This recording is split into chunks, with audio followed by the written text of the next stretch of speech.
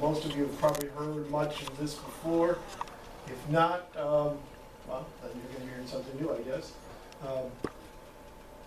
We can stop too during the time and elaborate on things. Obviously, I tried to set this up. The reason I put it this way is because I used to be the director of the museum down at ICR for a number of years. And it turns out we had displays when we first opened the museum, but then we put it in sort of a chronological history, sort of a walk through history is what we tried to do. And we found that that really cemented stuff in people's minds. And so it should have been a no-brainer that, well, yeah, that's why God set up Scripture in sort of a linear time fashion, because then once you understand the timeline, you can keep hanging things on there. Now that used to be the rule of thumb in school, you know, you would mesmerize dates and all that, and then later on you could plug things back in there. That's not the case anymore because, well, history is garbage for the most part, according to most. That's what John Dewey said, history is just a bunch of nonsense. And anyway, and it's gotten to the point to where we are now, where, you know, traditional marriage is sort of, wow, you know, that's sort of unkind now, and we're ruthless people. Okay. Which is just mind-blowing to me. All right. But anyway. So I wanted to set up a PowerPoint that went through the first 11 chapters of Genesis, as we've already mentioned, and that hit the highlights. We could hit some of these things that are in there. And I tried to incorporate the latest creationists, what was going on, for instance, at the Institute, and what some of the men were researching in and dabbling in and that kind of thing at the time, just to give a nice fuller picture. There's a lot in Genesis 1 to 11, and again, this week, because of the Supreme Court decision, there's a couple of places here we'll stop and elaborate just a little bit more, perhaps. All right? So this is the history of the world, part 1. People keep asking me about part 2. It's not done yet. All right? I take this out to Genesis chapter 11. We could probably have a whole section there on archaeology and what happened. There's some fun things in there. Each one of these slides or areas can probably be elaborated into a whole talk. And if you study creation for any length of time, you know that it just keeps on building. I find new stuff all the time. I just stumbled across a few months ago all these new out-of-date books that Amazon has. You can put on your Kindle on eugenics. All right? I mean, there's volumes and volumes. So I'm going to try and read all those and condense that into a nice talk. Because there's all kinds of craziness that people have done for a long time, and they write it down. That's the good thing. So it lets us have an insight into what they're thinking, and try and figure it out and understand where they're coming from. All right, the history of the world, part 1. We'll start out with the history. These are things you're probably familiar with. The various interpretations of Genesis. There are several. And the naturalistic interpretation of the view of the world is put forward maybe best by, most of us know, Carl Sagan, somebody like that. All right, geologic ages, all this kind of thing. And biblical history isn't even really thought about. Now, this is typical in the universities right now. All right? Everything is naturalistic. And because of this, and Henry Morris used to talk about this all the time, all kinds of things fall out from that. And we're seeing some of the fallout even this week with the moral questions coming into play. If there is no God and the universe made itself, then morality becomes personal. You can do whatever you want. And people are doing that, okay? We're going to see some fun things. Not fun things, but interesting things, I think, as we go along. I mean, who would have ever thought the Supreme Court decision this week? In your entire life, did you ever think that? No. No, not at all. There are other views of Genesis put forward by some Christians. Klein and Sailhammer put together a thing called the framework hypothesis, where the geologic ages are true, and Genesis is not meant to be taken literally so much as a interpretive framework. All right? And whenever you hear something like that, you realize you're going to get a very complex theory coming out of there, because they're going to have to explain away a lot of things. All right? Basically, he believes theistic evolution, or that God used evolution as the way to do things. It talks about the fossils as history, geologic history. Its problems, of course, are suffering and sin, and suffering and death before sin. transition of forms, and a lot of the problems that we associate with evolution. All right? But it's a way to explain it. I think a lot of times explain it away to an intellectual community. A lot of Christians are intimidated by the intellectuals, and so they'll try and explain their Bible away, rather than going, well, you know, I think you're wrong, because I think this is written by God, and so it's probably true. It seems simplistic, and I think it really is in some senses. But again, you have very elaborate theories. I won't elaborate on these right now, but the two big proponents of these were Klein and Sailhamer. Sailhamer actually has a book. Meredith Klein taught at Westminster Seminary in Philadelphia for a long time. And it's a very intricate theory. Now there are others too, but this is just one of them. Day-age theory, that the days of creation are long periods of time. Some of what Hugh Ross says is similar to this. He just believes the seventh day hasn't ended yet, and God's still going on for the most part. The geologic ages occurring during that time. Sometimes there was progressive creation. Same sort of interesting issues come about, sin and death. Although he says there was no, that death was always there, that physical death was always there. Most biblical scholars and people have interpreted, no, there wasn't any death, physical death before sin. He says, no, that's just spiritual death. And so there's a parsing of words there, along with some other elaborate things that go on. The gap theory, some of us who were, if you're over 40 maybe, you remember the gap theory a little bit more. The Schofield Reference Bible had this big one. But the geologic ages, it occurred in between Genesis 1:1 and 1:2. In the beginning, God created the earth. He makes everything perfect. Then the earth became without form and void. You know, there's some Hebrew to look out there and all that. And what Dr. Schofield and others figured with this theory is that, all right, you can have your geologic ages, but then the Bible sort of starts after that. You have some of the same problems with sin and death and some of these other sorts of things that you do with the other theories there.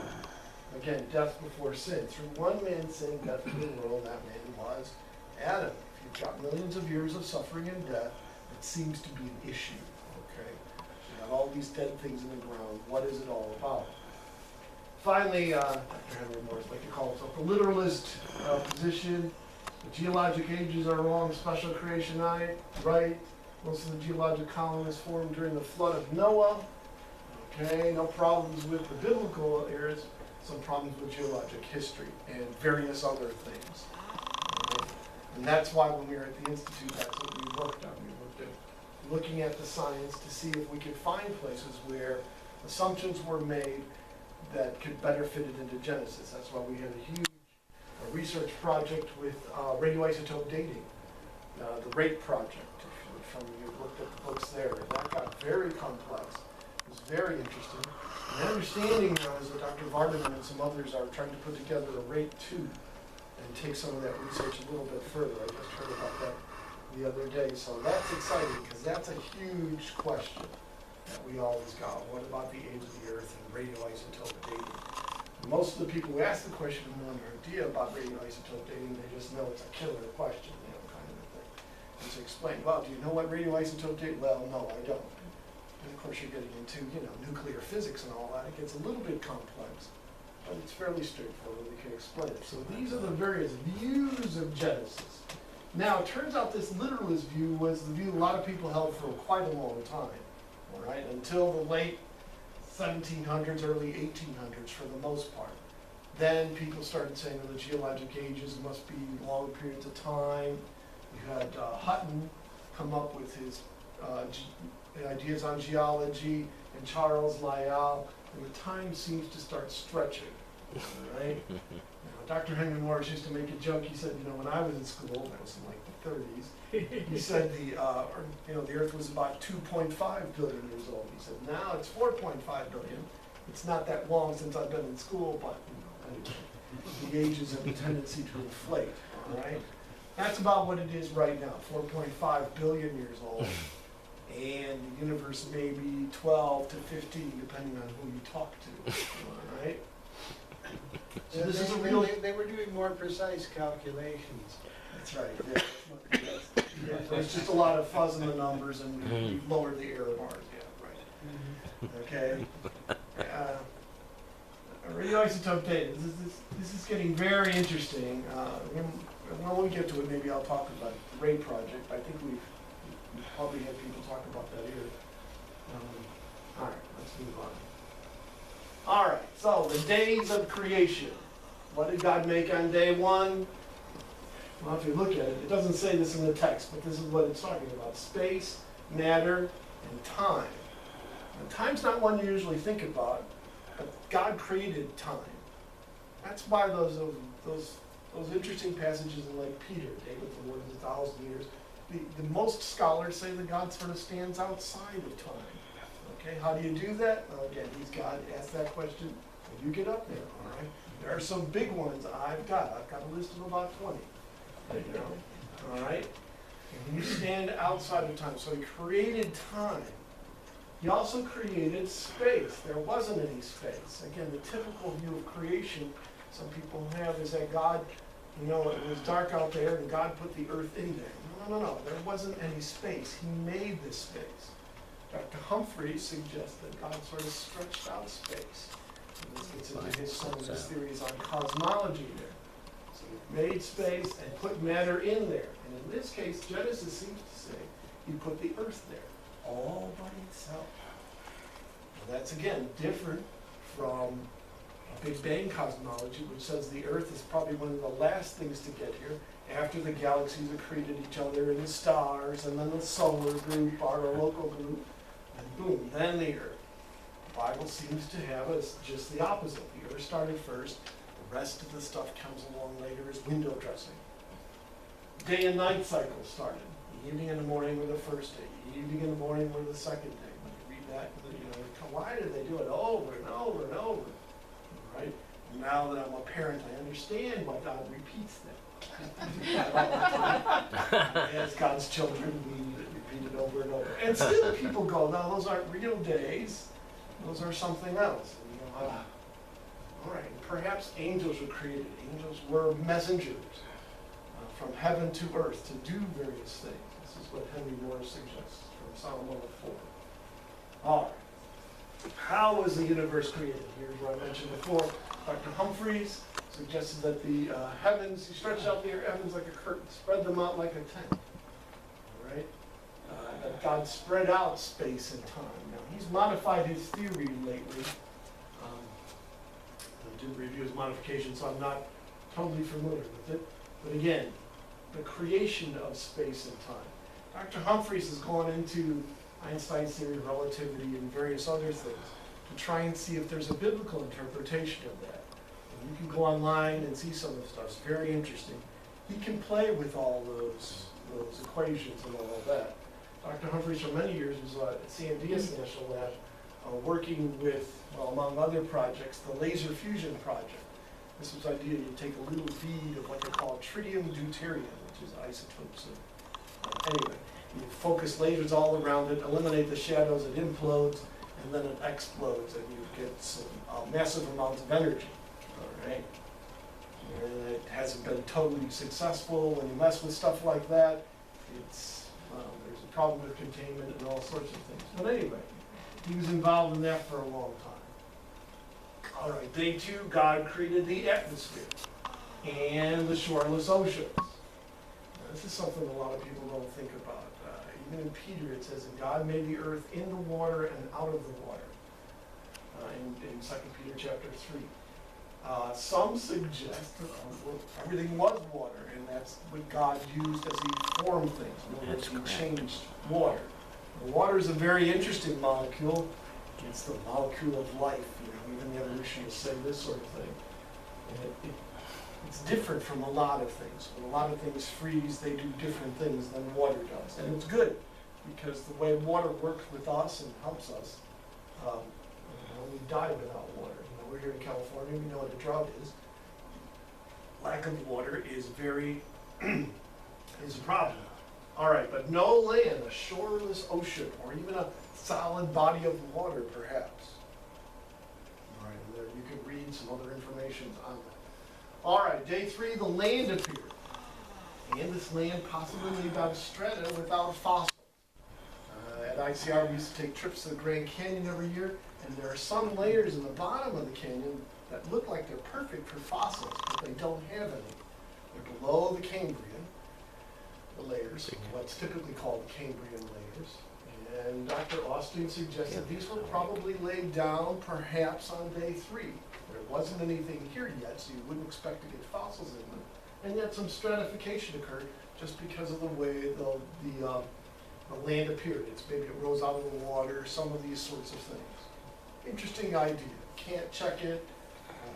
Not necessarily, it's not hard and fast. It's just we're trying to look at the world and understand it from a biblical perspective. And plants created. Now again, this order is different from the evolutionary orders. Land plants and some of these things are pretty late in the evolutionary view of things. The Bible has them up front. God made the plants first. Now, when you think about it, that makes sense. Because the animals eat the plants, all right? So just like when you buy a pet, that's what I tell my son all the time. Put the aquarium together, put all the stuff in there before I bring the thing home. You don't want to bring it home and be setting it up, all right? We've done that a few times, it doesn't work so good. God put the land here, he's got the water here, he's putting the plants in there. That's exactly how somebody who's taking care of something would do it seems to me. And we think in the very beginning, there might have been these fossil floating forests. Kurt Wise, who used to be at Bryant College, has sort of put forward this idea. In the fossil record, we see a lot of interesting things. And one of the things we see are these sort of, they look like floating forests. The closest analog we have today is perhaps something like in Georgia or Florida. Some of these swamps where they kind of float above these, big tufts of plants and all these sorts of things. And if the continents were all together, let me make an assumption, these seem to be kind of on the edges, going all the way out into the water. They're very interesting trees here. There's lepidodendron trees and siglaria trees, things that we don't have anymore. A lot of these things seem to be hollow on the inside. It's almost like it's perfect for some kind of floating environment. This would have been destroyed, this whole biome would have been destroyed perhaps with a flood and never really reestablished. Interesting idea. Again, just looking at the fossils and what we see. In this thing, you get all kinds of weird stuff, like 10-inch cockroaches. Right? And there are millipedes that are 6 feet long and a foot wide. I mean, big, all right? Yeah, so dragonflies, 30 inches across. Okay? So you've got some real nice bug life there. All right? I've got a guy in my church who's really into spiders. Man. Imagine a 30-inch dragonfly. What kind of sound is that? Kind of like a small plane, maybe. All right? So you see a lot of interesting things. There does seem to be some giantism back then. What caused it? That's a good question. Some are saying that there was a vapor canopy above the earth. Dr. Morris proposed this. Several other people have through time. Absolutely. It's not working so well from the physics standpoint, although there might be something to it. Because they don't And with the hyperbaric pressure, the air being pushed down by the atmosphere would have allowed the bugs to grow bigger, perhaps. Probably a genetic thing too. There was just bigger stuff. A lot of the fossils that we have, there's bigger forms of stuff we have today in the fossils. Dinosaurs only being one of those. They get pretty big, although most of them weren't all that huge. All right? So there's interesting things. My dad right now is getting the treatment on his leg. It's circulation and all that. And one of the things they do is they stick him in a hyperbaric pressure chamber for an hour or two a day. All right? Very interesting. If there was a canopy and there was hyperbaric pressure, it would be interesting if that was a contributing factor to the longevity. Right now, Dr. Sanford seems to suggest longevity is a genetic thing, but there might be some contributing factors. Would a hyperbaric pressure environment, because it sort of vitalizes everything, be better? So I'm raising more questions than I'm answering today. All right. Day 4, sun, moon, stars. Big Bang, of course, says just the opposite, but it's got some problems. We got these problems with the missing mass. The missing antimatter. If Big Bang, some of the views were true, you should create equal amounts of matter and antimatter when you have something like a Big Bang. We don't see the antimatter, all right? You don't Star Trek fans, it's the good Kirk and the bad Kirk. Everything blows up, right? Missing time. Some of the, there's interesting things with the star formation and some of the other things, like supernova remnants, okay? And then, of course, Dr. Humphrey's thing on starlight and time, that the universe was created in a way that there was a time dilation, and that the universe was doing all sorts of things while the time around the Earth was only going on the order of 6 days, or 4 or 5 days, all right? A lot of different things here we talk about, but just to give you the biblical view of it all. All right, day 5, marine life created. Day 5, flying creatures created, including some of those that we don't think about anymore. Like, for instance, I put in a nice little mosasaur, nice little plesiosaur, little ichthyosaur here, yeah. Okay, and some flying creatures, your pteranodon, your basic pterodactyl, all these beautiful animals that we have. And there's a lot of diversity in this, by the way, when we look at these. I mean, there's some that are like this big, and then there's others like some of the pteranodon, some of those, are 40-foot wingspans. All right, fascinating. There are some, there's one that's got a whole bunch of baleen, just like some of the whales do. And it looks like it would fly along maybe and just scoop up algae off the surface. Yeah. Or sit there and maybe run it through. You don't know. All right? Just to have the videotape or the DVD. To see what some of these things are like. We find them, and it's like hints to a murder mystery of stuff that isn't here anymore. All right? So one of the questions when I get it, God, can you just recreate it? Show us a little movie of what it was like. This sort of thing. Now God said he's going to recreate a new heavens and a new earth. If these guys are there, that's cool. You're not going to see me. I'm going to be playing with these guys. I just think these are so cool. I mean, look at that. That's a cherry line. I ran for Incas. Oh, yeah. I got a call from somebody about 5-6 years ago now, and there's a picture associated with this. With pterosaurs, some people think that they see some modern ones. No, they're not big like these. Oh, yeah. Big boy. But there are some around. Interesting. We'll take that further. All right, but day 5, marine life and flying things. All right, so God's filling the earth, got the stuff up in the air, he's got the stuff in the water. All right, and the last thing, day 6, land animals. All right, dinosaurs, and in the beginning everything was given plants to eat, so he's not looking at those. All right, man and women, or men and okay, yeah, all right, boy and girl, all right, not to confuse you there, all right. In fact, she was actually made for him, all right. And when you understand anatomy, it works pretty well, all right. The dominion mandate, be fruitful, multiply, fill the earth. As I mentioned before, one of the few things we've actually obeyed, okay, as far as what God said. Watch over the earth. Now, some people are saying, see, this is the reason the environmental catastrophe is happening. You crazy Christians believe in this dominion mandate, and it's just, well, that's not how people viewed it. In fact, I can make a good case that since the time of Darwin, it was, tear everything up out of the ground. Before that, it wasn't. And God declared everything very good. So if He did make these guys and these guys, everybody was very good, behavior-wise, but just beautiful acts of creation. And whenever you study things, even fossils, things that aren't here anymore, you can see beautiful design and symmetry. Like, for instance, the little arms, the legs, the tail, even though it's something that just we don't see anymore, it fits right, it works right. There's no tails growing out of the head or something like that. Everything seems to work pretty well. And dinosaurs were interesting. For a long time, there was a controversy about the big sauropods, with the long necks and long tails. And the idea was, did they walk on top of their legs like we do, or are they, like lizards, squat out like this? Yeah. Okay? And so there was a big row back and forth, and then they started doing reconstruction and realized that it had to be on top of their legs, otherwise you'd have to dig a groove in the ground for their tails. Now, subsequently, we've said, no, they hold their tails straight out, and some of these other sorts of things. And if you watch the latest Jurassic World movie, I haven't seen it yet, people getting eaten by dinosaurs, basically. you'll see some of the modern views and reconstructions of what people think. And they're majestic creatures. They also found dinosaur tracks that Right, proved they that's right. didn't drag their tails, and they knew that 100 years ago, but they ignored it. Yeah, that's true. There are trackways all over, particularly like in New Mexico, down in Texas. And when you look at them, I went to a symposium on this once in Phoenix for ICR. It's kind of like the SPY there, in some sense.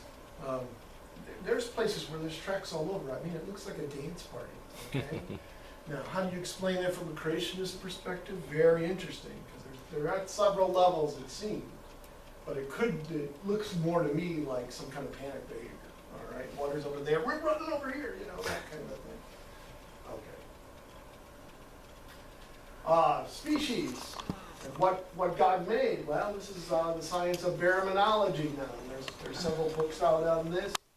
What is a species? Linnaeus came up with this.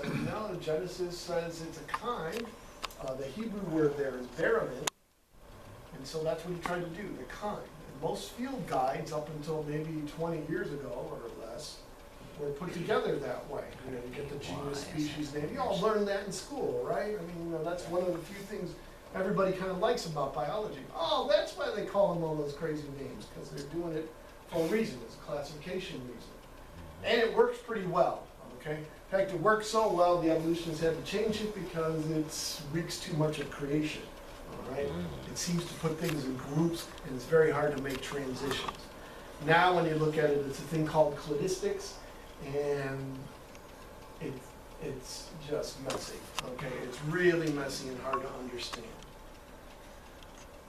Baraminology and effort by Kurt Wise and others, starting with Frank March back in '41 with his book. He coined the term baramin to try and figure out the created kinds.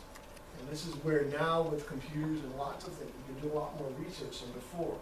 We can try and understand what thing breeds with something else and what could be the edges of it from a genetic standpoint. There's a lot more tools today to do this than there was in the past. And a lot of the research is on the web, and you just plug in baraminology, and you'll get a whole thing for it. You get a lot of anti-creationist websites too, but you get a whole bunch of research that can go on in there. And so this is a fruitful area we can explore. How are things classified? Now, this might seem like, for biology nerds and sit in the corner, this is just a joyful thing, but for the rest of us, it doesn't matter. Well, it turns out it does, because today we work with the Endangered Species Act. Right? What is a kind, what is a species is very important. I have one gentleman who works with some of the professors at UC Riverside, and he says some of the professors there, he specializes in spiders, he knows where to catch them all over the East County here, or the Inland Empire. He knows the season. He's very good at it. He's not a doctorate or anything like that, but he works with them to bring them specimens. And one guy said look, this one has a few more hairs on his leg than this one, and so we could use it as a separate species. And we could take this whole area in the San Bernardino National Forest and say nobody could build there anymore, or in this area that's not forest, because we have an endangered species there. So you see, your view of classification will affect how your civilization can handle it. And these guys that's part of their goal now, is to make sure that development doesn't happen because, capitalism is evil and some of these other sorts of things.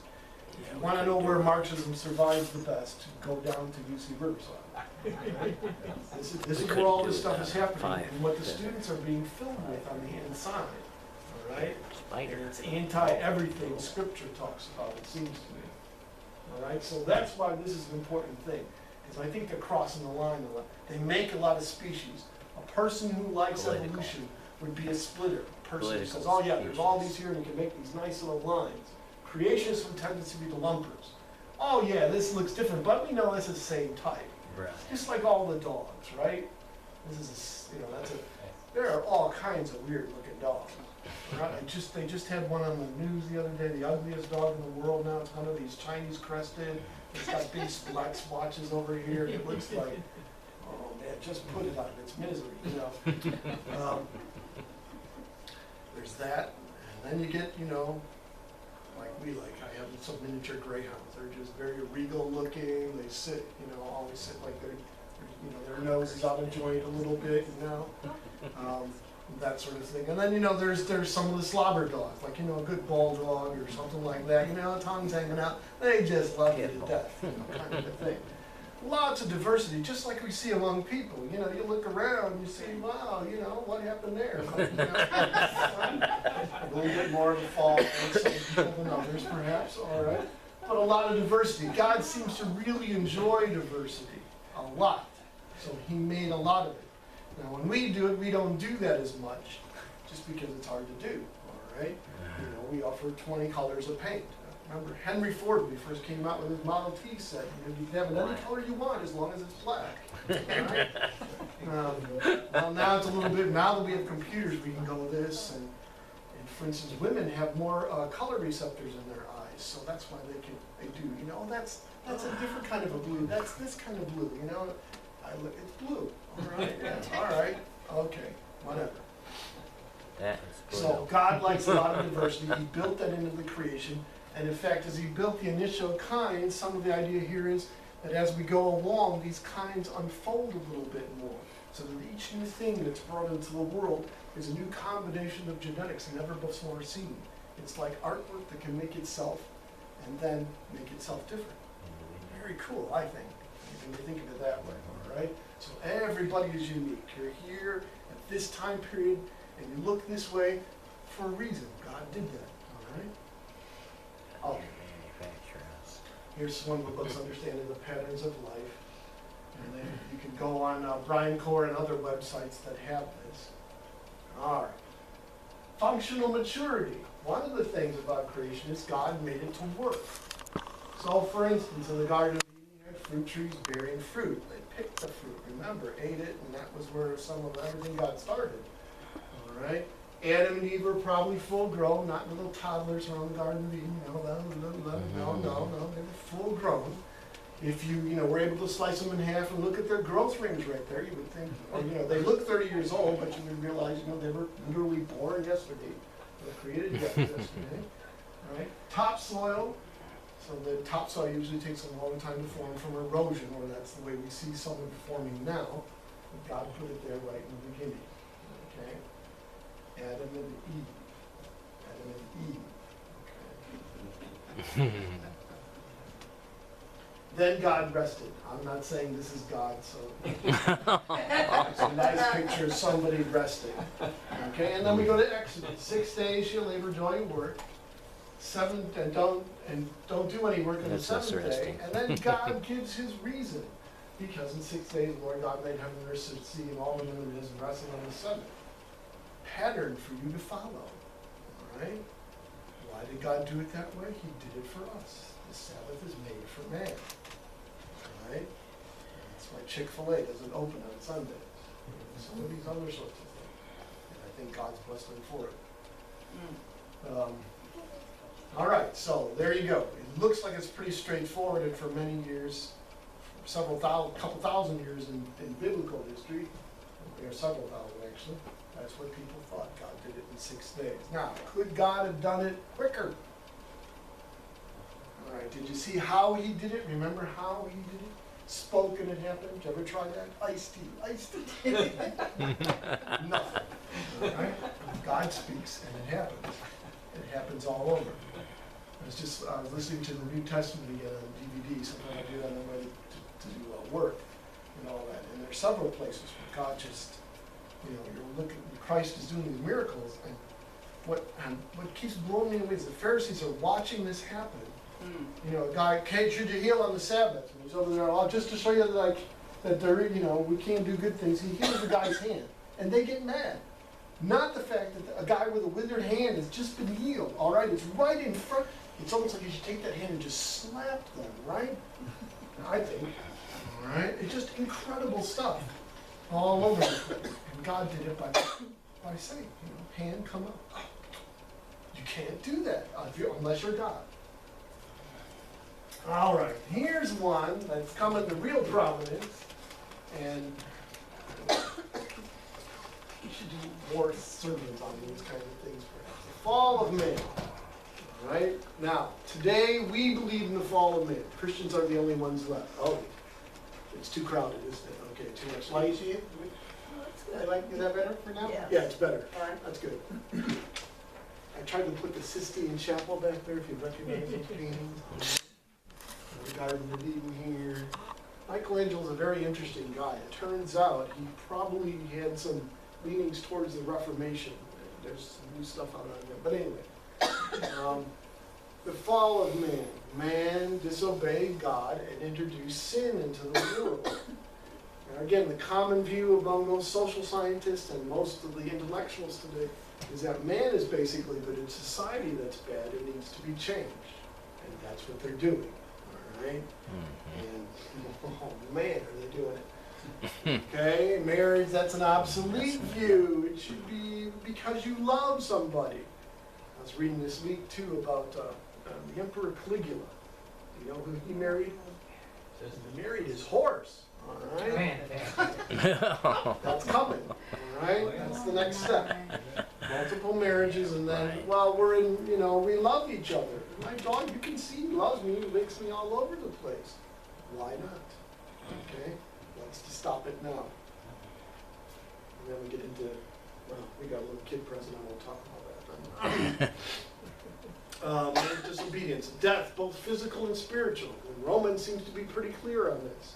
Through one man's sin, death into the world, and that spread to everything else. The whole creation moans and groans because of it. This is a pivotal event. If this event happened, it changed the nature of the universe. Now, of course, you can't believe this today. That's just, no, you can't have that. People don't sin. All right, that does guilt trips those crazy Christians are putting on everybody. We don't sin. You know, morality is what I make up. You know, we just do. What did Woody Allen say when he started sleeping with his daughter, adopted daughter? You know, the heart wants what the heart wants. Yeah, oh. Okay, let's go that way. Plants.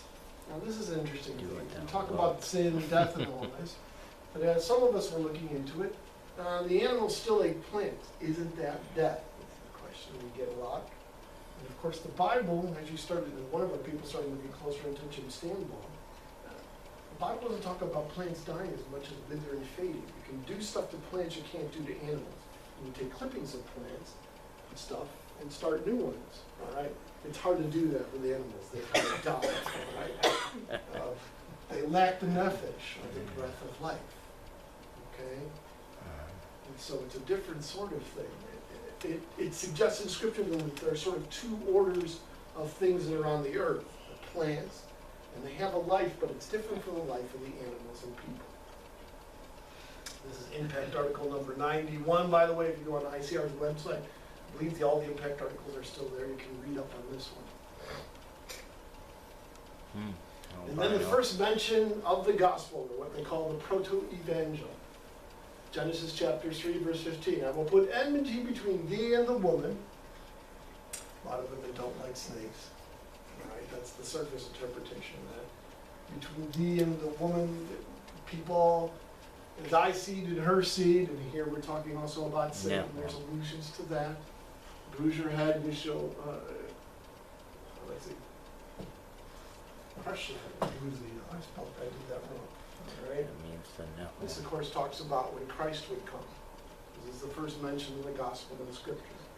And so it's pivotal. If the fall happened, that's why Christ had to come to die. If it didn't happen, don't worry about it. Nothing's going on. All right, that thing with Jesus, he was just a good teacher who, ran into some bad luck. The date of creation. Muslims agree with that. Well, if you read the genealogies of Genesis, and a lot of people skip over those when you're doing your daily Bible reading, right? Just too many names. All right. But if you have those up, and you look at some of those, because some of them have dates and they're interlocking, you get an age of the earth of maybe 6,000, maybe a little bit longer, depending on what you. Too dark, huh? Okay. Now, of course, there must be gaps in there. It's got to be several 100,000 years. And again, is the Bible, can God write a book and say what he means? I mean, is he that dumb? Right? Well, maybe, but we're more enlightened now. Those Hebrew people, that's all they could handle, okay? Yeah, they built the pyramids. Yeah, they made great cities. Yeah, they figured out how to smelt iron. Who thinks of that? All right. But you know, they couldn't handle this kind of info. Ancient chronologies, a lot of them correlate with Genesis. All right. And you can see a certain amount of generations, the collapse of years, and some of these sorts of things. And they all mention another thing, the big F. It's the flood. And we also think we can explain radioisotope dating in a young age scenario. We'll talk maybe a little bit about that. And that's the thing that really pushes the dates out there. Because when they discovered radioactivity in the early 1900s, that's what they thought. This is going to show us how the Earth can be very old. And they went on from there. Because up until that time, up until the end of the 1800s, the Earth was maybe 20 million years old. That's what Kelvin said. Lord Kelvin had this thing on the cooling of the Earth.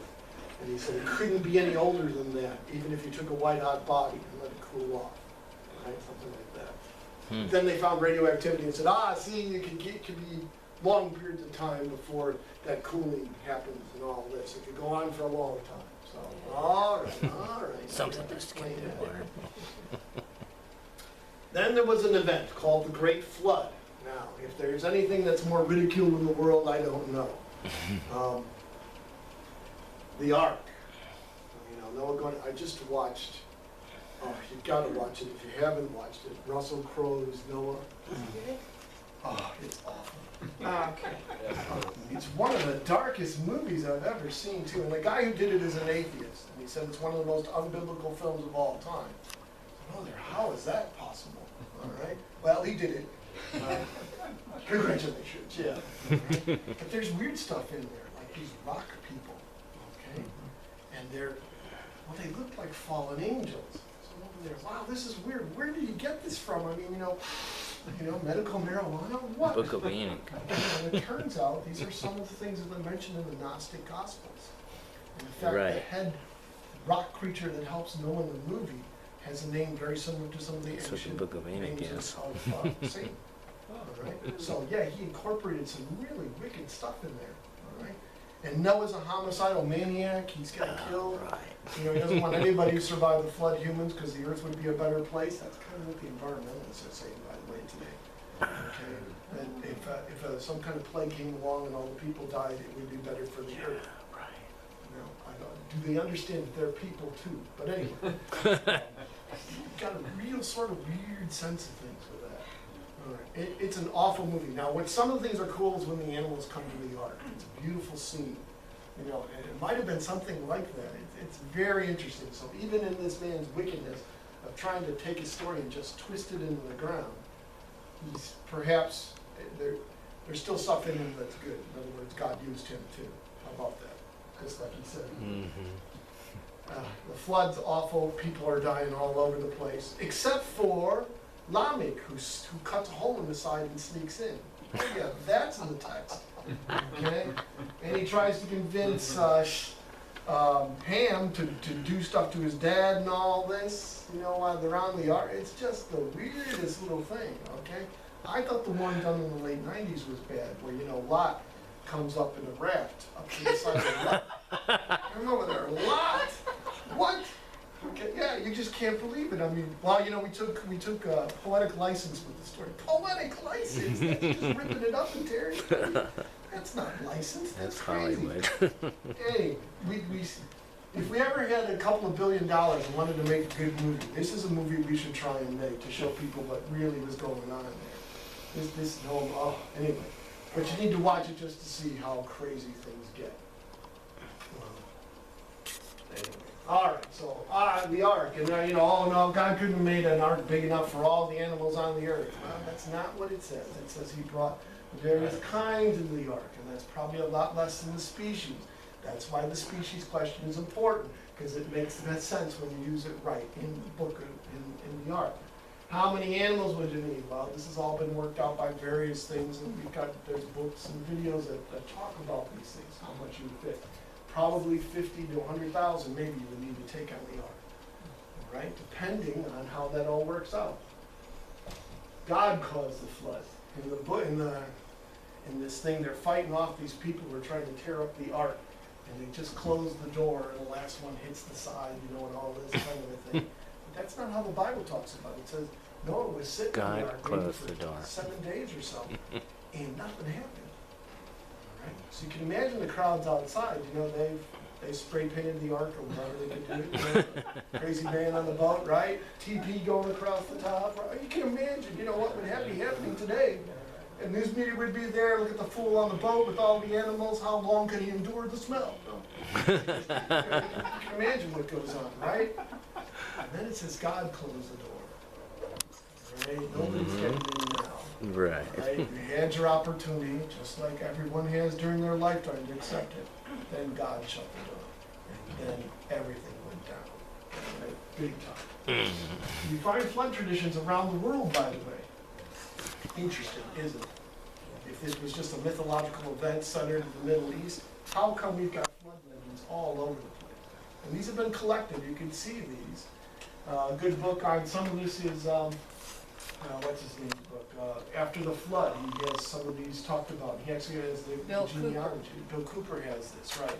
Some of the other books have collected these. The Deluge Story in Stone by Byron Nelson has a lot of these. I think it's out of print now, but you can probably pick up a copy.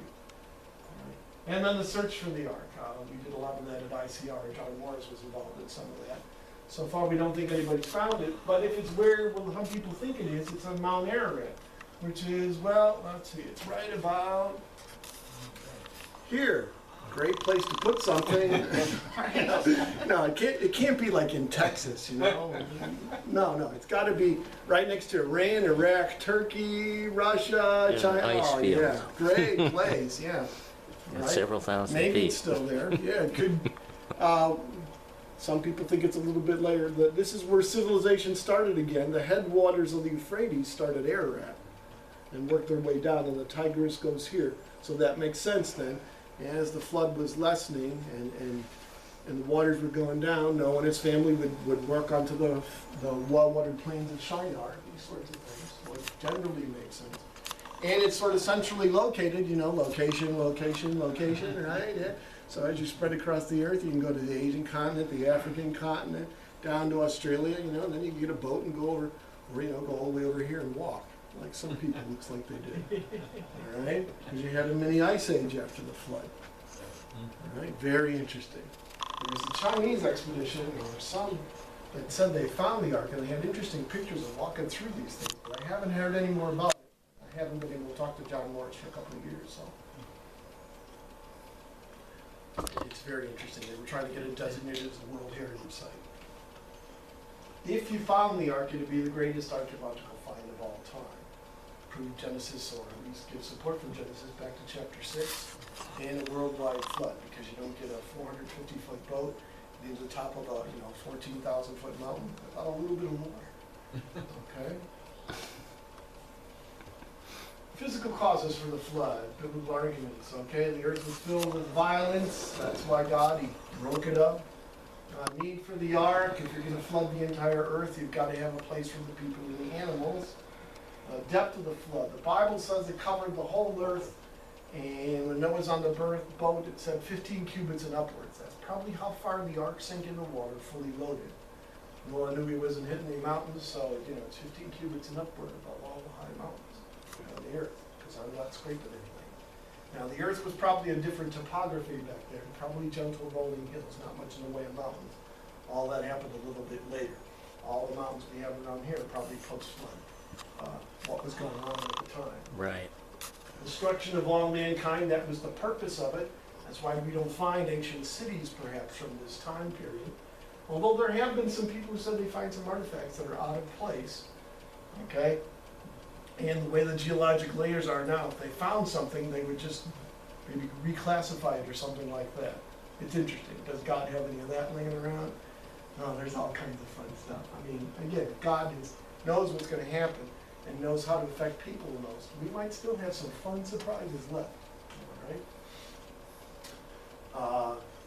The Bible seems to talk about a global nature. All the flesh that have the breath of life. I laid up on the land, died.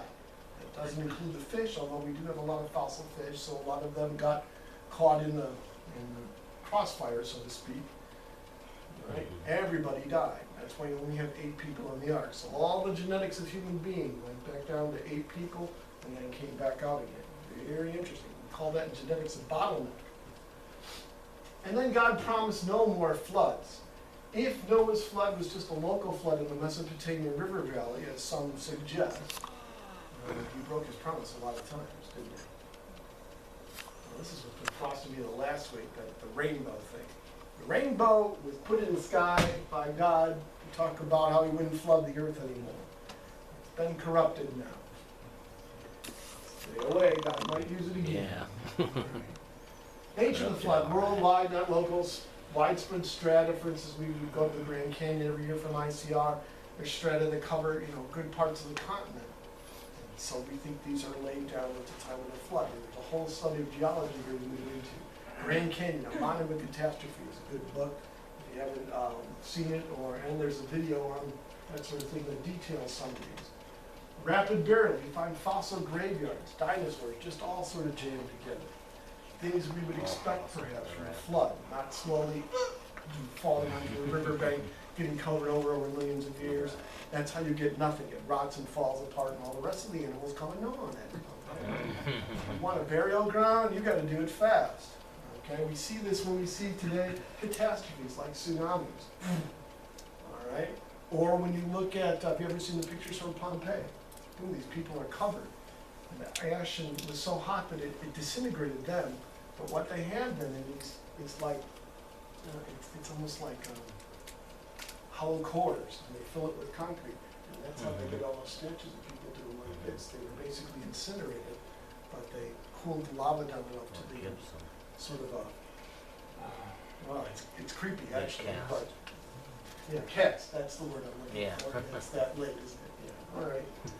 Marine creatures buried first. We see marine creatures throughout the geologic column. That's why it's called sedimentary layers, laid down by water. Boy, that's interesting. All right, marine creatures buried first, then the land animals. That basic thing is what you might expect from a flood. They're going to get picked up first and sort of slammed around, and it's going to take a while to get the land animals.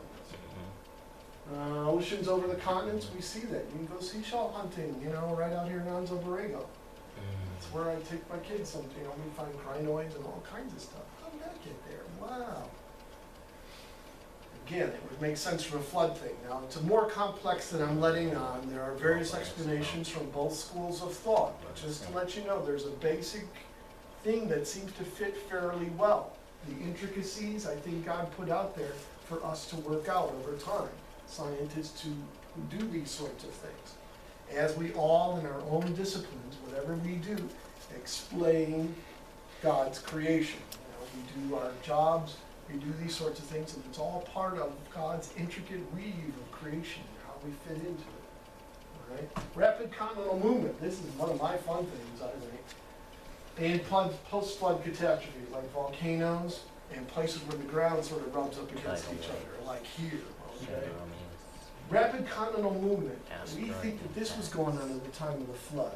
The continents were perhaps all in one piece. I think I have a good slide of this. All right? And they broke apart quickly at the time of the flood. Not continental drift, but more like continental sprint. They're moving, all right? Meters per second, slamming into each other. All right? You've got parts that are pulling away from each other. You're going to get volcanic rifts there. The whole mid-Atlantic ridge, we think, is opened up during the time of the flood. And the stuff conveyor belted out. And it's subducted here on the west coast as the North American plate took a dive underneath the Pacific plate or rubbed up against it in our area like we see. All right? This would have caused huge supersonic streams of water, hot magma, where these things are happening, thrown it up into the atmosphere. The waters above are part of this, perhaps. You want torrential rains, you vaporize the oceans. It's good. That'll do it. Yeah. All right. And what happens then is some of these pieces go underneath. Okay, they plunge under. Subduction, they call it. Now, the evolutionist today thinks this happens slowly and gradually over millions of years. We do see it happening today somewhat. It's moving at centimeters, very slow. So yeah, if that's the rate that it's always been doing, it would take hundreds of millions of years. But, here's the Mid-Atlantic Ridge, by the way. I think fits all together and then moved apart at the time of the flood. That would have been some kind of noise. Luckily, it was underwater. All right? And you would bury these things underneath.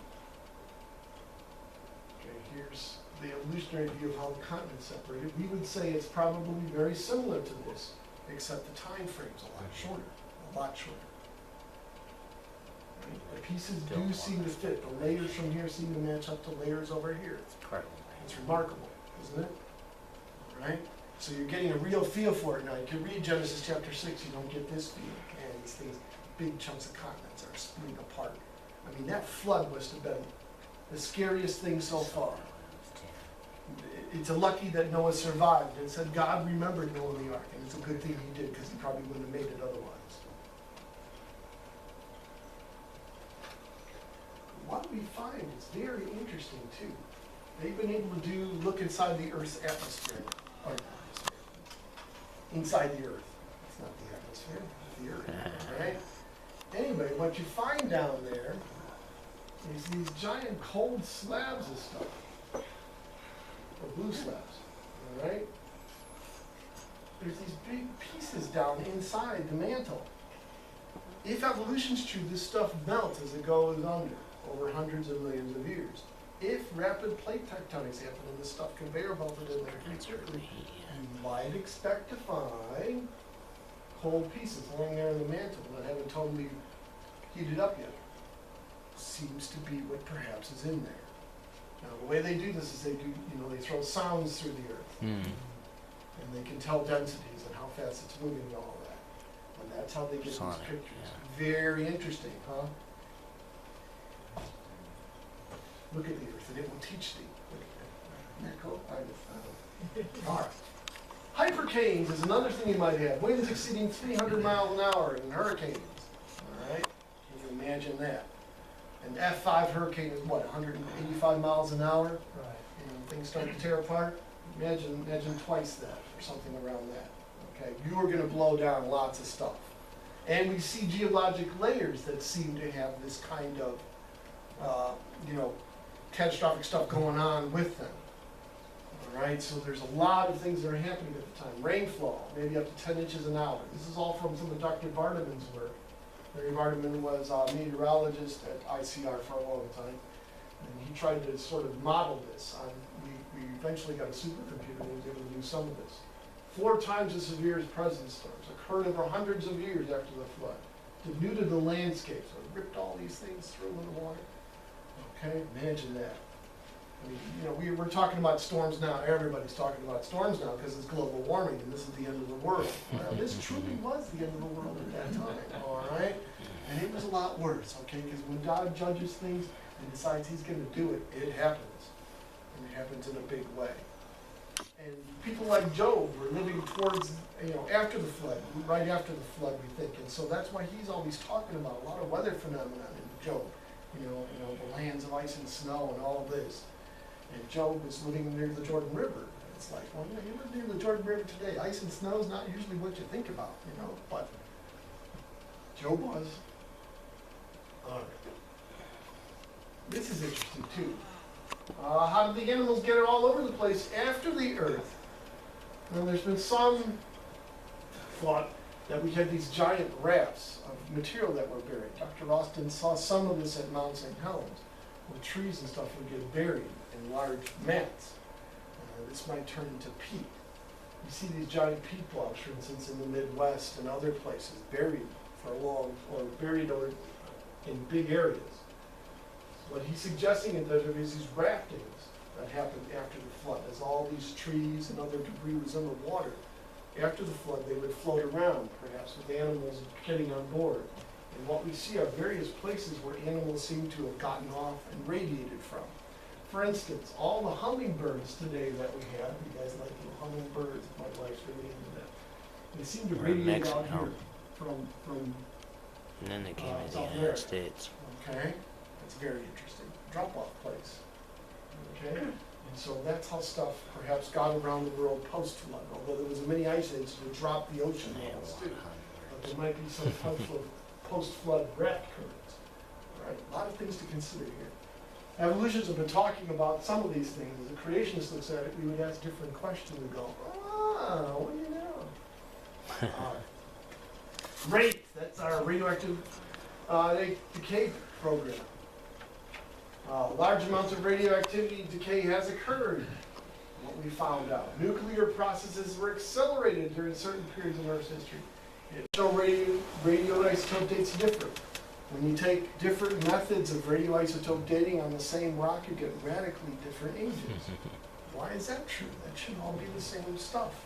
Well, there's certain assumptions here. This leaches out here. Really? So how come we know that that's the right date? We know it's accurate. Which one is true? Well, we do isochrons, and again, you get a lot of talk then. There's a lot of... Yeah, we just average It's it. very complex, so you're going to get varied in terminology and understanding. But the bottom line is that's a real problem. Discoveries of helium and C14 are strong evidences for the age of the Earth. What we found, for instance, let's see, do I have a thing on that? Carbon-14 signals in coal. That's supposed to be 200-300 million years old. Not supposed to have C14 in there. C14 would decay very rapidly, and there are thousands of years. And when we look at the different layers, the amount seems to be very similar. That's something. What does that Lay down mean? at the same time. What could that possibly mean? Right? C14. There you know. Yes, see, it's not that hard. It's all rocket science. The results to come out right. Well, yeah, you know, or yeah, there was contamination in the sample. That's what we were told. That's it, yeah. It's contamination. Yeah, right. Like the same contamination. Well, that's really good. What are you guys doing in that lab? Huh? Like, More they're just contaminated throwing the older it radioisotope. gets. You know, I know they scrub them down, and so that's very interesting. So as we look closer at some of these issues, it seems to really drill down into it. Other questions come to the surface. That's one of them. And then in granite, they find radioactive halos in there, and their half-life's only 5 to 10 minutes. Right. You've got things that are very interesting, that the decay is Some going of very them quickly. metamorphic. Okay? There's some, and so I read the rate books talk about this. Now there's a simplified version that's a nice little paperback book that you might want to get, and they have DVDs. I think they're still selling the DVDs. And they outline it pretty well. They've got nice graphics, so you can get a real handle on it. The big books are out there too, if you want to, you know, you have physics from here for Christmas, you know, that kind of a thing. This is a whole area that needs more, you know, so if anybody's gotten, you know, like 100 million laying in the closet and you just don't know what to do with it, we've got a few scientists, we can start a real project, okay? That would really be a mind blower in universities. All right, well, you know, I'm just in case. Hey. The Ice Age. Okay, we think an Ice Age followed Noah's flood, maybe 500 to 1,000 years long. You get all these oceans, this super hot water going up all over the place. You're going to heat up the ocean. Some of the fish fossils actually do look like they were semi-cooked. All right? You heat up the oceans, that's what's going to give you an Ice Age. You talk about global cooling. You put that much energy into the oceans, you're going to get precipitation like crazy. And then when you get all the volcanic ash up in the air, it's going to block out the sunlight. You are going to get super snowstorms, all right? Bad stuff. That's why Job talks about ice and snow, because he knew what a blizzard was, all right? He had been in them, all right? That's why when God started talking to him on the tornado, he wasn't surprised. You know, he'd seen tornadoes before. It was God talking to him. Now that was, you know, that was new. Possibly mentioned in Job, some of these things, the Ice Age. Job seems to be one of the oldest books of the Bible. Only the earliest chapters of Genesis seem to be older. Very interesting times. And he talks a lot about creation in Job. In fact, the longest sermon in the Bible is the last few chapters of Job. This is where it's kind of like God's Jeopardy. Have you ever read it that way? All right. Where were you when I did this? All right. Gird up yourself like a man. I'm going to ask you. Now again, when your mom used to do that when you were little, that scared you. When God does that when you're older, that should really make you sweat, all right? And that does with Job too. He says, you know, I just want to close my mouth. I'm sorry, I didn't. And God keeps going for a while. I mean, he's digging in, all right? Do you know how I did this? Where does this come from? How do I do this? And of course, Job has no idea. It's like, you know, a quiz that you just don't want to have. And it's God talking to Job about his creation, because who knows his creation? God does. All right. Evidence of the Ice Age. We've got mountain glaciers, continental ice sheets. We have some special things that seem to be, there's certain places in the continents we can go where there's giant boulders just sitting there. It looks like these ice sheets came down and just pushed this stuff, all right? Ripped out things. It's amazing what it can do. Now we're told they're all receding today because of global warming. There is some recession, although the South Pole doesn't seem to be getting smaller, all right?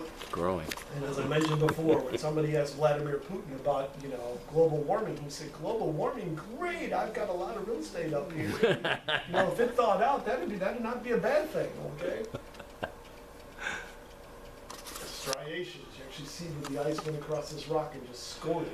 That's what they think the best explanation is. These erratic boulders just sitting in different stuff in the middle of nowhere, kind of a thing. All right. How did the rocks get so clean? Clean. There's no dirt on them. Well, in this particular area, it looks like it's right near the ocean too, so it probably washes over it. But the major features here are scored features, which aren't necessarily from that. They think it's from other things. I was thinking that with the exposed rock, it would support a worldwide flood, and when the water washed down, it cleaned the rocks off. We see a lot of rocks on these hills around Riverside. Well, these are different. These are granites. In Orange County. And these are granitic plutons, from my understanding of it. These things actually came out of the earth. And what happens is underneath the ground, it's solid rock. Like when I drive home through that valley, Yeah. well, no, that's all moraines. But there are some places where you see the big boulders. And what happens is this granite weathers out in boulders. The water gets in between it and it erodes out in big rocks. That's when you go down to San Diego on Highway 8, you see that one area looks like giants and they're throwing rocks all over the place. That's what that is, apparently. It's not that the rocks are all there, it's And just they're they polished. slowly erode out of the giant granite slab into Polished my before they understanding. got in the ground. okay?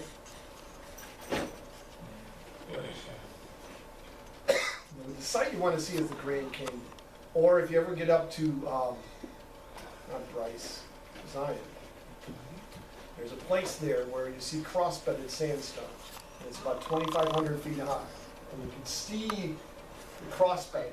I mean, it's the rock itself has got this in there. And you're over there, whoa, what is, it just, everything just screams catastrophe all Yeah. around if you're thinking about it. And then when you go to the Grand Canyon, I had the privilege with ICI to go down there 7 times. And various hiking groups and things like that. And you really get to see what's going on when you get in there and look at those rocks. It's mind-blowing how big they are, what's going on. And for instance, I don't think I'm going to come across the canyon, am I? I might. All right, I don't think I have any pictures of the Grand Canyon. But there are layers in the Grand Canyon. And we got one layer right in this red wall limestone, which is supposedly this calm, placid sea. And there's a nautiloid kill right in the middle of it. And the nautiloids are all oriented in a Strata. certain way. Mm-hmm. It's a mass kill event. Yeah, It's something just took them out. Dr. Austin's been writing a lot about this. And it's not supposed to be there. This is not supposed to be a catastrophic environment. The limestones are slowly accreted over millions of years. And it doesn't seem like it's not always that millions of years. All right, something whacked them good. All right, back in Chicago, we knew what that was. That was a hit. Okay, somebody took them out. And they took them out good. All right, I mean, you can hurt somebody and then you can take them out, so they don't, they sleep with the fishes, literally. Yeah. All right. Okay, imagine the flood again. It's not just a cute little rainstorm, all the animals sort of singing as it goes along, right? But ground ripping open, stuff going all over, people getting cooked, volcanoes going off, all right? Can you imagine being Noah on the ark? You're sitting there, you're hearing all this, and you've got to be scared a little bit, all right? Now, Noah depended on God, and he and the animals are probably sitting there going, but it seemed like God directed them on there. Maybe he shielded them from some of this. But again, it would be the worst thing so far. The next bad thing is when God decides he's going to purify the place with fire. don't want to be here. All right. Biblical model of ice age, volcanic dust, barren land, cloudiness, snow-covered cooling, variations in carbon dioxide. Now again, remember when I talked about global warming, this carbon dioxide thing is very interesting. Because as we increase it now, we're seeing a plant bloom. Very interesting stuff. There's more going on here. Fixed storm tracks, high ocean evaporation. This is the kind of thing we'd expect post-flood or during the flood or because of the flood, basically. This would have caused the ocean levels to be lowered. You'd have land bridges connecting a lot of places. And as whatever happened to Babel happened, people would spread out. The Neanderthals are there. I just saw a thing on Neanderthals. They said, oh wow, they're probably closer to us than you think. You know, you could have some Neanderthal DNA in you. Because they're people, all right? That's why. Now they looked a little bit different, but you know, you've seen different people. There's lots of different people out there. But some say they were deformed by some diseases or something like that. Rickets, perhaps. Yeah. That's what Rajca said, right. There might have been some syphilis, there's evidence of that, but they also had very large craniums.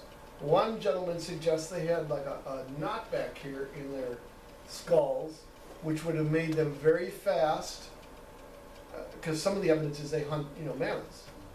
All right, you gotta be good. And the technique was supposedly one of them goes up, grabs it to distract the thing, and the other guy, punch it full of holes. Yeah. All right, who gets the short straw there, right? You go up and grab, the 10-ton mammoth who's not real happy right now. All right, well you gotta know what you're doing. And Neanderthals, when we look at them, they're huge. Their muscles and stuff on their insertions are huge. They all look like Arnold.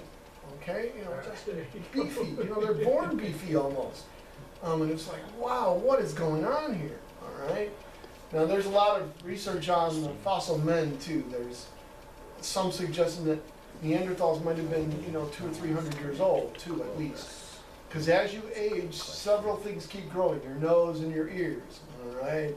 And you can look back at pictures when you're a little kid and say, it wasn't that big, all right? That's just what happens. And there's some indication that if you go 200 or 300 years old, you develop big brow ridges and some other very thick jaws and things like this. This is what the one author suggests. What's his name? Yeah, I know. I can't remember him right off. So there's other things there that are going on, and there's a whole area of food for research for somebody who wants to drop into anthropology. But again, whenever you do that in universities, and you are a Christian, and when they find out about it, you will be crucified in some sense. All right, ice age and its effects, seeding in the oceans, post-flood volcanism, land bridges, wet deserts, woolly mammoths. There's some indication by some that the woolly mammoths, some of them were flash frozen. They took this problem over to Swanson Frozen Dinners. This is in Jody Dillow's work, The Waters Above. How do you freeze a mammoth?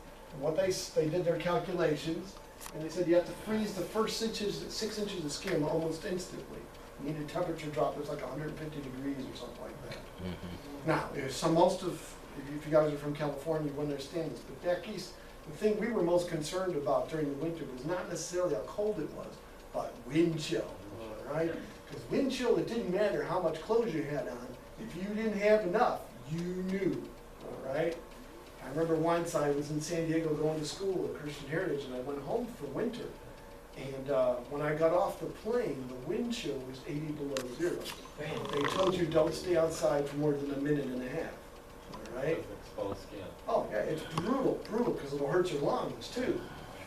When I came out to San Diego, I left in January. I took off my parka, unwrapped my thing, gave it to my mom, and got on the plane to come out here to go to college, all right? And it was 70 degrees out here. That's when I knew God called me out. Land back there is cursed. Of course, I'm out in the desert now, and I'm kind of wondering about that now, too. So, no, there's got to be a happy medium. All right, wet deserts, the woolly mammoths, all sorts of things. Okay. Frozen record, Michael Orr, Dr. Vardaman's written on this. Okay, I'm almost done. I'm sorry I went long. Tower of Babel. We don't know exactly where it was. And there's some good articles on this on Answers in Genesis website. There's one that has really done a good job. looking at various locations, and I think she's got a handle on this. Yes. Built as a gateway to the gods or a stairway to heaven like the old Led Zeppelin song said. That's exactly what these things were supposed to be. And in fact, Josephus says one of the reasons they built the Tower of Babel was so they couldn't get flooded out again. We're going to build a mountain so high God can't get us. All right? Yeah, how about that, huh? Shaking your fist in God's face. All right? We're going to get married no matter what, right? And here's the origin of languages then. God said, you know, they're going to really mess up if they stay together. We're going to have to take them apart. And it mentions us in there, by the way, an Old Testament reference to the Trinity. So God reached into their brains, maybe looked at their genetics too and said, okay, we're going to give this guy, this girl, this language, and put them over here. This one, this one, this one, this one. So not only did they separate, because they couldn't talk to each other, they had to leave off, you know, what's going on with you? What's the matter with you? Why are you talking to me like that for? But as they started having kids, the kids would look different. You're not one of us. And of course, that continues to today. You know? This is what's driving some of this nonsense. The Bible never talks about race. It talks about tribes and nations. It says particularly we're all of one blood. That's very important. Okay, there's no inferior species. That's what Darwin said. The origin of species by natural selection, or the preservation of favored races. That's the subtitle, all right? Because these white Englishmen, they were on top. The rest of these guys, not so much, right? Right. Okay. And that was the origin of languages, and languages just seem to spring forth. What do you know? And there's basic language groups, but there doesn't seem to be any transitional forms, just like the fossils. What do you know about that? Yeah, what do you know? Language seems to be very complex, you know. Some theories are that language sort of evolved over time. There's a few theories there. The yo-he-ho theory. Everybody was pulling together, yo-he-ho, you know, just like in Wizard of Oz or something like that. And that's how language started. Or the bow-wow theory, that they were imitating animals. No. And this is what you see in some of the movies too, you know, like a million years BC or something like that. You know, yet when we really look back at it, some of those languages are very complex. The verb structures and all that are a lot more complex than some of the stuff that's being spoken today, for sure. Well, that's More because complex, languages the older it are disintegrating. They were I agree with you. They're dynamic for one. And I think everything is affected by the fall, including that kind of thing. All right? Including our mental capacities. I think people were smarter back then. I can't prove it. We've got a lot of cool technology right now. And I think that's part of God's grace, that He's allowed us to have this. I mean, you know, praise the Lord that God created Mr. Carrier who invented air conditioning. All right? Really, all right? It's a lifesaver, and it truly is. People die from heat more than from cold, all right? When you go, that's the statistics. You know, everybody's saying warm kills people more. So when you have air conditioning, all right, it saves your life in a lot of ways. All right, origin of tribes and nations. Now this is something interesting too. You don't necessarily think about. There were no nations before the flood. Read your Genesis 1 through 9. There's no nations mentioned. Nations are established post-flood. So it's the races, or not the races, but as tribes broke up into different language groups, they would form the nation states. And that's what would spread them all around the world, because that's what God wanted to do. Spread out across the earth. Now we're going to stay in one place and build a tower so high we can shake our fist in your... No, you're not. Boom. Okay. Okay, and we spread all over. You always do what God says, whether you do it willingly or not. It's going to happen. It's the will of God. All right, here again, it's Tower of Babel and the Ark. You have to spread across the oceans. And this is basically what we see as how we spread the nations right now. Now, this is another very fruitful area of research. Languages spread and people groups spread. I think there's some basics there that they have right. I think there's some basics there they have wrong. This idea that Neanderthals keep coming closer to us genetically as far as time goes is a good thing. Yeah, they're just not there yet. Okay, so they're coming to our point of view. It's just a little slow. Well, I mean, people like Adam and Methuselah who lived so long were probably looked like those by the time they died. which is very interesting. Imagine, you know, today, once you hit a certain age, you know, there's a decline perhaps or something. Imagine if that happened over 300 years or something like that. Okay? Look at when we talk about Abraham, you know, remember? Some of these guys were, you know, almost incapacitated, it looks like for a number of years before they passed away. The only guy who got around this was Moses. God said he has, as he was young. That's what I want. Okay? If I got one wish and God could do that here on the earth right now, that's what I would want. I'd like to be that. All right, so as we look at the human Rapture's groups, even better. we see it's more like an artist palette. Okay, some colors here, some this here. Okay, think of it more like that. Again, God's beautiful design is spread out all over the place. Lifespan of people after the flood, boom. It started to crash, big time. Years born after the flood. So if you're born a couple hundred years, we live 350, and it goes down pretty quickly. This is actually what we predict from a genetic sort of thing that was going on here. Dr. Sanford talks a lot more about this. Australopithecines, several different people groups. The short explanation, some were apes, some were men, some were a mixture of people and apes, some groups that got it mixed up. No primitive people trying to survive, not primitive people, but people trying to survive after a post-flood world. So these weren't primitives, these were people who were just, it was rough going. Exactly. All right. What we believe about this affects views in our future too, as we're seeing today. If you believe God made the world and there really wasn't Adam and Eve, well then marriage is a certain way. If you don't, well then let's just do it, people. All right? And you watch, polygamy is coming. And that's actually more biblically justified than what we just saw. All right? Well, I hope you enjoyed that, sort of an overview of Genesis. If you have any questions you want to stay for a little bit, feel free. I'll turn it over to you. Around, we have a basket going around that it came to me, so you know it's much better if you look at how people drawing. We have a drawing, and to repeat the announcement, all of those who are about to congratulate the winner of the drawing get to purchase your own copy of the book as well. Okay, and so somebody's going to go around and act as kindness there, and pass the basket around here, and if you got a ticket, dig it out by all means, and somebody is going to read the number on the ticket.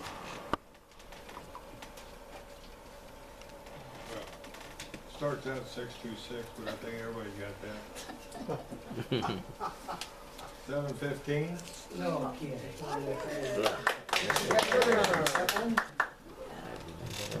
And so, if we have the prize book, I will take it to her. Now they're telling us there's an 80% chance this big bend here is going to let go right over here where I live in Beaumont, down the pass. All right, because there's a lot of pressure there. And once that baby kicks off, we're going to see some excitement. Okay, we'll probably see a lot of water coming in too from the oceans. But so, and you know, we're seeing modern technology is very interesting. It's made us aware of a lot of this stuff going around the world. 150 years ago, there was an earthquake in, say, or the volcano Krakatoa in 1888. You didn't know about it for months, right? Now we've got video footage. I mean, somebody's got their cell phone there and they put it on an international Zoom circuit, and within a couple hours, it's all across the web and it's on your nightly news. It's incredible what we can observe. It's almost like a semi-omniscience. And I'm not saying we're gods, but I'm saying the ability to gather information and understanding, I think, is huge now. All right, and that's what we're watching.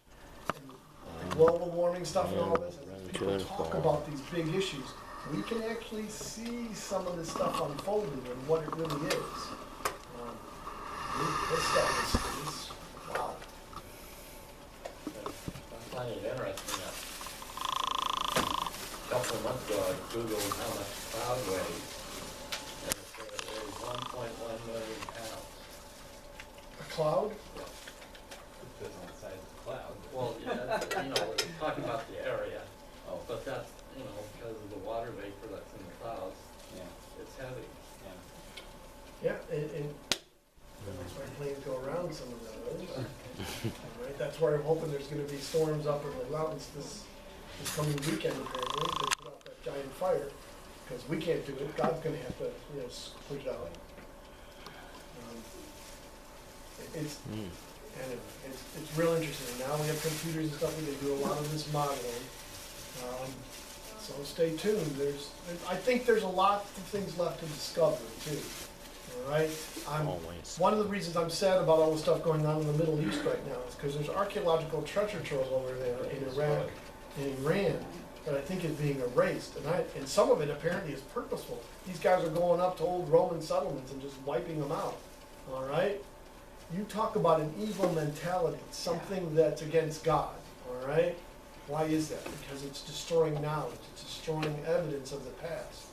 And I think that's a real problem. It's in the protocol. Yes, sir. Well, I've been trying to think, it just escapes me. What's the branch of physics that deals with multiple other dimensions? It's called Fantasyland. No. No, it's, yeah. Yeah, it's Yeah, it's astrophysics or theoretical physics mostly, because it talks about multiple dimensions. Quantum That's what mechanics. Mr. Ross talks about a lot. There's some that say, or string theory, that it's up to 25 dimensions and they've all curled Quantum down. mechanics. String theory. Keep in mind, there's not a lot of evidence for string theory, Speculation. all right? It's postulated out there, but there's like maybe zero evidence for it.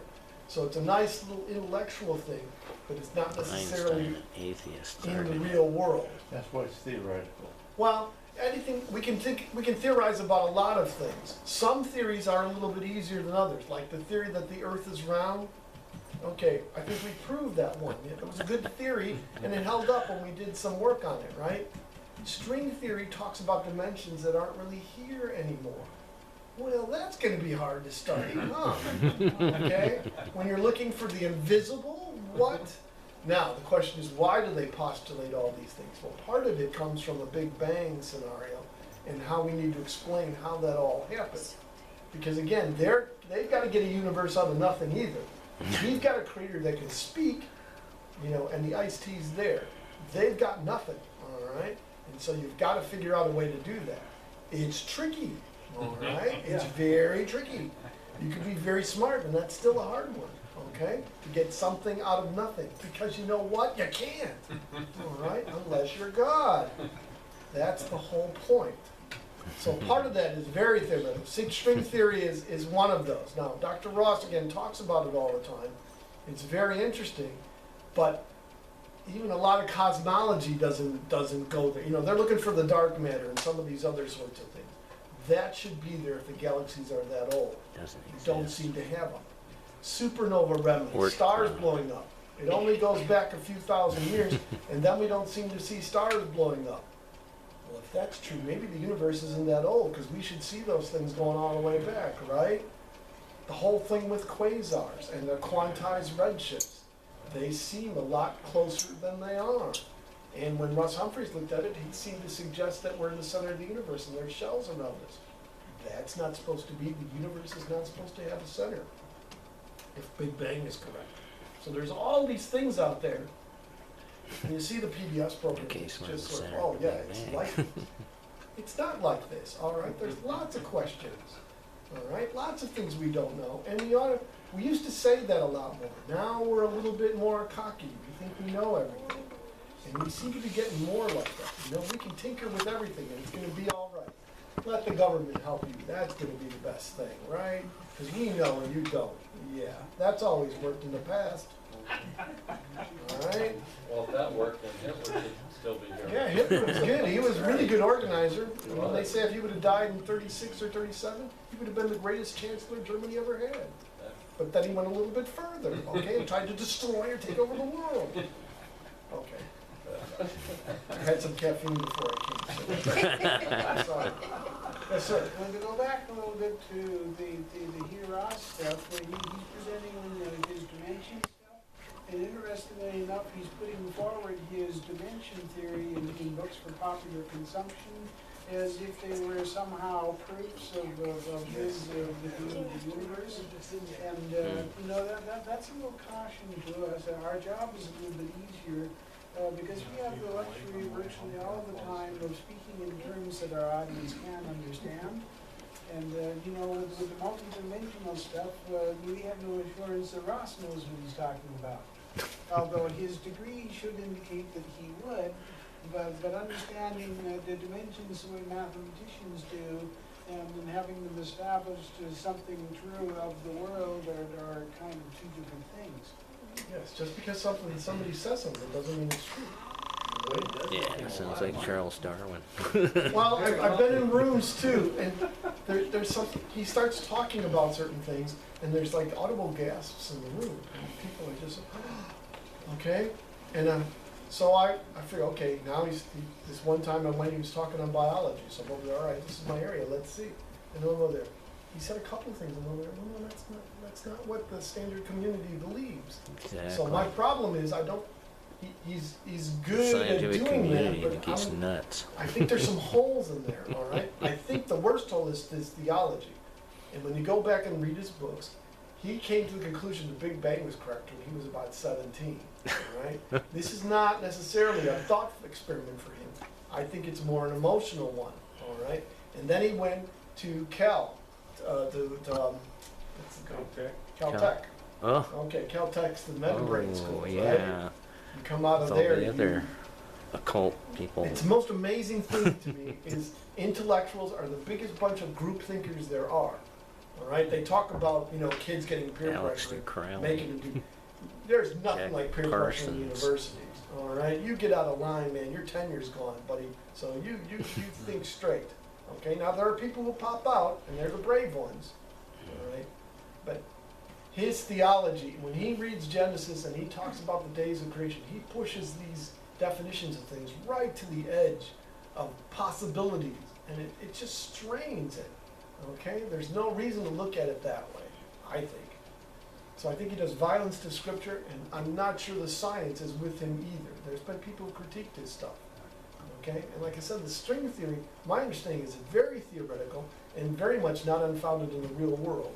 The closest thing so far is that Higgs boson they've all been going for. You've heard about this at CERN? They're looking for this magic particle because it's part of the Big Bang. Okay, so we're finding pieces of stuff. But again, what is the meaning of the pieces? All right? It tells us, one, the universe is very complex, and we probably won't understand this, if at all, ever, unless we get to heaven and God does a physics class. And, that's going to be, whoa. And it's kind of funny that they talk about a particle that is, if you will, the essence of things. And in any such particle that they find, and I don't care what the name of it is, and I don't care what decade they find it in, the particles are all extremely short-lived. Yeah. Okay, so they say this is a foundational particle upon which things are built and doesn't stay around long. You know, we're talking a rather small fraction of a second here. You know, nanoseconds or less. It's very interesting. So physics has gotten into a place where I'm not sure what, you know, it's very interesting. You know, there's some stuff there like quantum mechanics and some of the others, and some of these have problems even butting up against each other. And so, remember, Big Bang is only since the 1960s, all right? I'm since the 1960s, so I'm as old as the Big Bang theory right now, all right? That's not necessarily very old in scientific terms or in any kind of terms. Could it be wrong? Oh, yeah. All right? And let's see. Oh, okay, I'm talking, I'm sorry. I enjoy this stuff, but I don't get to talk to people. Okay, well, we'll just have to come back and we'll give you some more time. Yeah, really.